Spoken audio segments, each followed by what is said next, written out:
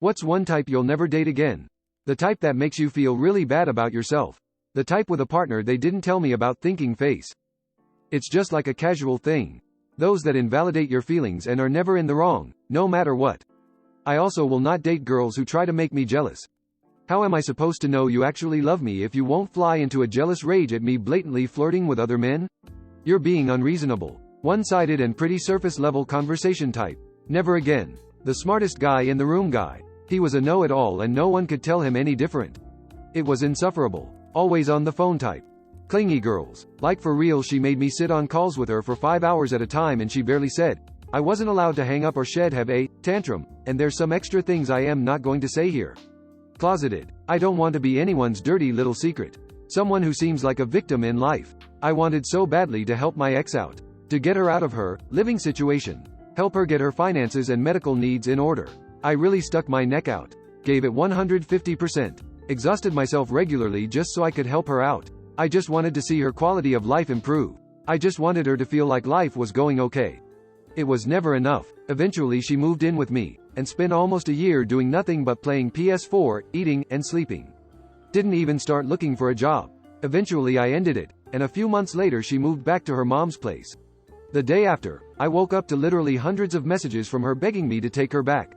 Saying that she'll change. She'll do anything. She had forgotten how much worse her life was. I try to stay friends with her, but she's taken to making herself the victim in our relationship since we broke up. Maybe I wasn't perfect, I can admit that. But I willingly went to hell and back on multiple occasions just to try and make her smile. It crushes me that after everything, she trivializes everything I put into the relationship. A person that drinks far too much and thinks concern for their health is criticism. Crunchy festival chicks. I like really natural girls, but the last one I dated. Oof. She was fun, charismatic, lots of cool friends, good music taste, affectionate and thoughtful, when she was sober. Once she got to drinking or worse, she turned into a monster. Constant FOMO. Always wanting to go out. You always need to be in the moment. I don't care if you have work tomorrow. Moonsong just got some killer acid and we're going over to her place to trip tonight. I just bought some good blow. You owe me $80. Just not worth it at all. The SoundCloud rapper. A narcissist. Same. I had a lot of trauma growing up, a lot of codependency issues, which made me an easy mark for narcissists, or at least toxic, manipulative dudes. The last one just tried to hoover me back in last month, after ghosting me months ago and right after getting married to some other poor woman. Dude's a mess. Never again. Someone with no hobbies. My wife is an avid writer. She'll gladly be left alone. I've dated someone who made me the person who should entertain them 24/7. I need my space and my alone time, and it just made me depressed and drink way too much because I felt suffocated. I don't know if this will be controversial or maybe it's obvious, but someone with a drug problem. Yes, maybe it's a disease. No, it doesn't make them a bad person. But it will ruin your life. Not just theirs. Yours too 100%. No matter how together you are in your life personally, it will seep over into your world.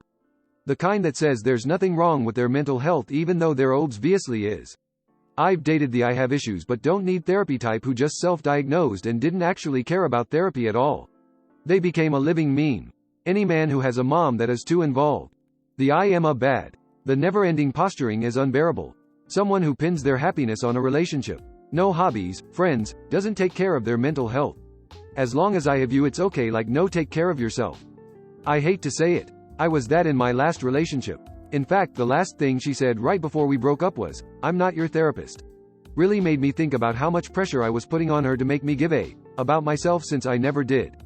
Party girls. I don't mind going out myself now and then, but if every single weekend involves you having to go out and get absolutely destroyed, while putting yourself in dangerous situations and with people you don't know, well, hard pass. I don't know how to call a person like this, so I'll give you example instead. XGF said that we should be a separate cell of society. She meant we should have only our friends, our hobbies, and we should distance ourselves from parents and etc. I personally think anyone can have a right on their personal life which is not connected to the relationships. Alcoholics. Just run. People with wanderlust. Travel is great, but if you can't stay in the same place for longer than a year or so before you have to move somewhere else, you need to make sure the person you start dating knows about this. This is an extremely disruptive cycle that is not for everyone. Dismissive avoidance and or high conflict personality types. Yes, the grief I am feeling at my father passing away is a valid emotion. You don't have to pick a fight with me over wanting a moment of privacy in our bedroom to cry. Yes, my pain is more important to me in that moment than your frustration with me over not doing the dishes last night after getting home from the hospital. No, I am not a needy child for having a human emotion that you don't think I should have. The actual bad boy drug addicted, drinker I don't give a type. Always abusive emo and the, isn't worth the panic attacks and heartache. But he plays the guitar. Me in my early 20s face with rolling eyes. I am a princess. The I am in, to other but I like you type. And just in general people who are so insecure you have to assure everything all day to them and they still get mad over nonsense. Wolfmen. I don't remember what they were called lol. You know those men who say that it's okay to cheat on their wife because they are a man. People who actually stand things and take it way too far. The cheating type lol. Entrepreneurs. I've met too many men who think that they're on a path toward endless wealth when it's really just Amway or some other scam. Even worse, when they expect you to support their delusions as if the world is against them. Women who are really into Disney. Impatient people. Also, people who do something, apologize for doing it, but then say it's not their fault. The I am not like the other girls type. No job, no ambition, no future plans. The super submissive type. For some, that may sound nice, but it gets old after a while. I would beg my ex to just say no to me or to voice her thoughts, desires. She was so afraid that if I didn't like what she said that I would break up with her or something. The bad boy. The I can't live without you type. It's like having a puppy that can text you. The self-depreciating type. You deserve better. Why are you with me? Homie, IDK who hurt you. But I'm not in the business of rehabilitating grown adults. Girls who punch, scratch and gaslight. I had an ex who would argue with every single one of my friends, and be super verbally abusive, and it wasn't until after a while in the relationship I realized she did the same with me. She was super toxic but I was too stupid to realize it at the time sadly. After we split she still owed me money but played the you were abusive card with absolutely no self-awareness. I asked my current GF if I was and she said totally not. Her with bells on. Sexy drug addict. Amen. Ugly drug addicts for me only, please. Guys who think it's cute to make you angry or jealous. Like no you're just traumatizing me. A scorekeeper. Had a girlfriend who would basically keep tally charts in her head of how many times each of us did each chore. She'd flip out over any imbalance, even if it was caused by something like I couldn't cook dinner because I was at work during dinner time. I'm all for equitable distribution and sharing of chores, but scorekeepers are exhausting. I won't be surprised if I get some flack for this but, poly people. I've dated my fair share of kinksters. Actually some of the best, most therapeutic relationships I've ever been in. So I like to have an open mind but man, the few poly involvements I've had have been absolute dumpster fires. The only redeeming thing I've had come out of one was that I became very sure I am not poly.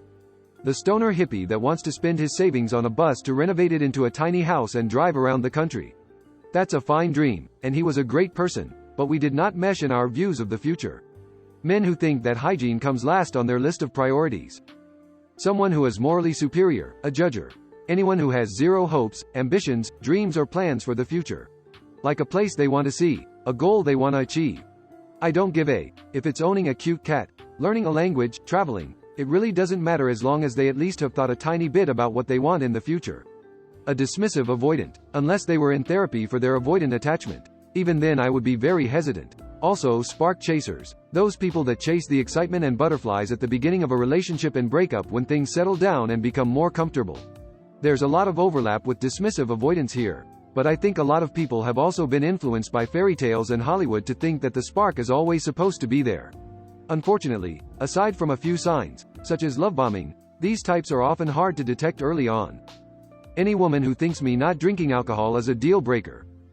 The type 1C online all day but leaving me on delivered for hours, made me overthink things a lot and I still do now. Someone who makes politics their whole personality. Those are usually the most egotistical and self-righteous people you meet. Women who define themselves by being someone's girlfriend and have never been single. Never again. If a chick breaks up with their guy and immediately hooks up with you, it's a bit of a red flag. If every single relationship they've been in ends up that way, just run, trust me.